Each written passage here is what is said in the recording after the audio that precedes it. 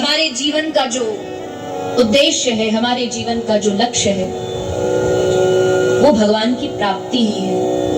येन केन प्रकारेण, अगर किसी को भगवान की प्राप्ति करने में कोई किसी व्यक्ति को यज्ञ करने में रुचि तो यज्ञ करो, किसी को दान करने में रुचि दान करो, जिसको तीर्थाटन करने में रुचि तीर्थाटन करो।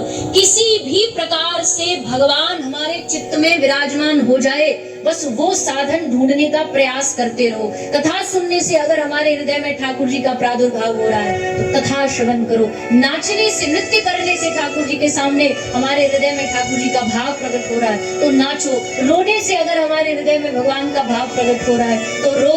हंसने से अगर हमारे हृदय में भगवान का भाव प्रकट, तो खूब हंसो, खूब हंसो भगवान के सामने जाकर के। जो भाव से आपको लगता है कि भगवान आपके और करीब करीब करीब महसूस हो रहे हैं, वो भाव। मनुष्य जीवन एक कीमती हीरा है, पर फर्क कितना पड़ता है कि सामने वाले में कितना ज्ञान है, वो कितना समझ पाता है। कोई इस मनुष्य जीवन को केवल चंद खाने पीने में, जैसे वो 1 किलो फलों में व्यतीत कर रहा था, वैसे खाने पीने में बिता देता है।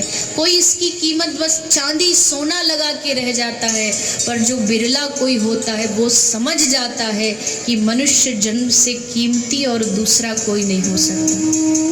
मानव जन्म सबसे कीमती है संसार में।